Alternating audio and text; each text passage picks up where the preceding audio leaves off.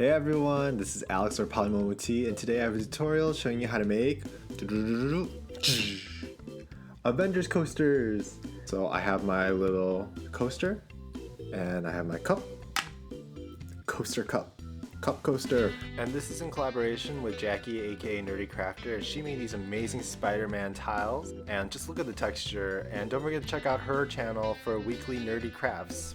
So the basic steps for these coasters is you need graph paper, then you'll do the clay, then glaze, resin, then a felt back. And I'll be showing you how to do one of these because the process is pretty much the same for the rest. And I'll be including a download link where you can download the patterns and the different shapes of graph paper you can use to cut out to create each character in the description box below. So the first step is to cut out your shapes out of graph paper, and here I have it already cut. All you have to do is follow the patterns that I'll be linking below. The next step is rolling out into thin strips, and if you have a pasta machine you can use that, but if not, all you need is a roller and 2 popsicle sticks, and if you roll it between the 2 popsicle sticks, it should be equal thickness throughout. So here's a sped up version of how to make a Hulk, and you see I'm just using the graph paper and tracing out the shape with my blade. And I'm building on top of a long, flat, black piece of clay, and we have that so it doesn't break apart and it has extra stability as a coaster. And you just keep cutting the shapes out, and then you just build on top of it. Some tips would be to cut them all out at once, and then if you put them in the freezer for about 10 minutes, they'll be very firm and not soft, and it'll be easier to attach them together without it blending or softening or mushing at all, which would be an issue. So if you want to put it in the freezer for like 10 minutes beforehand after cutting out all the pieces and start building it, then it should be really easy and be really fast to make. And as you can see, I'm building from the top, and then I'm also starting from the middle at the same time. So I tried to do it so I don't have to fit in any pieces in between the pieces. So I'm just kind of building on top of each other where there's at least 2 exposed sides.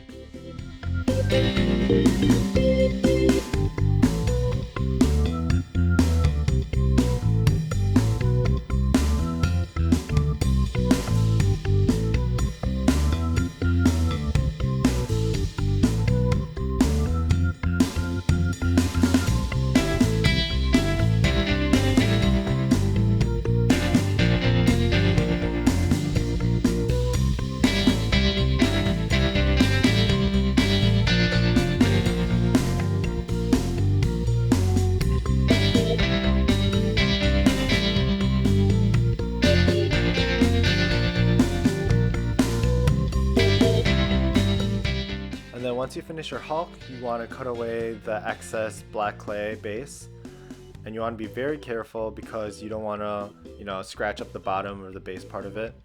And then this is an extra step that I forgot to start from the beginning, but you saw me just use my roller and did a quick little thin lay, and that's just to make everything blend together and make sure that the thickness is not, there's no bumps or curves or anything, so everything's equal. So once you finish cutting, you just want to bake according to instructions. So this is a Captain America already baked, and here I'm just painting on a thin layer of glaze, and it's because when you use resin, the glaze prevents any bubbles from forming from the porous clay. Then on this glazed Thor, I'm just putting on resin and blowing out the bubbles, and it's the same way as you dome any resin piece.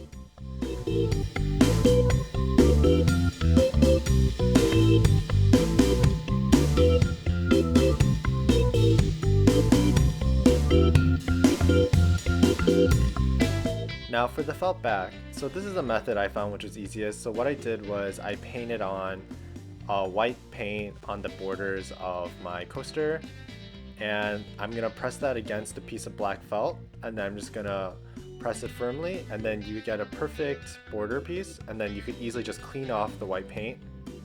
So I found this method because I didn't have a white marker or a white gel pen or anything, and I found that this way I could easily cut out the shape of it. And all you need to do is just kind of glue it onto the back, and there you go, you have your coaster.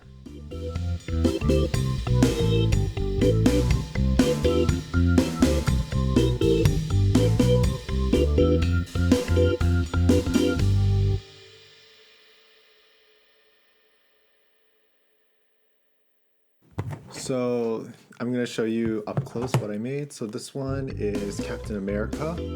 Then I have the Hulk. Then I have Iron Man. And finally I have Thor.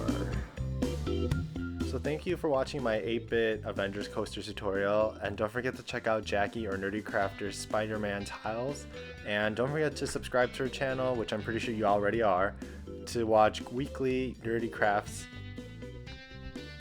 Thank you for watching, and don't forget to like, comment, subscribe, and don't forget to check out my last video, which is a Phoenix tutorial I did with Little Surprises, YouTube, and the Little Mew.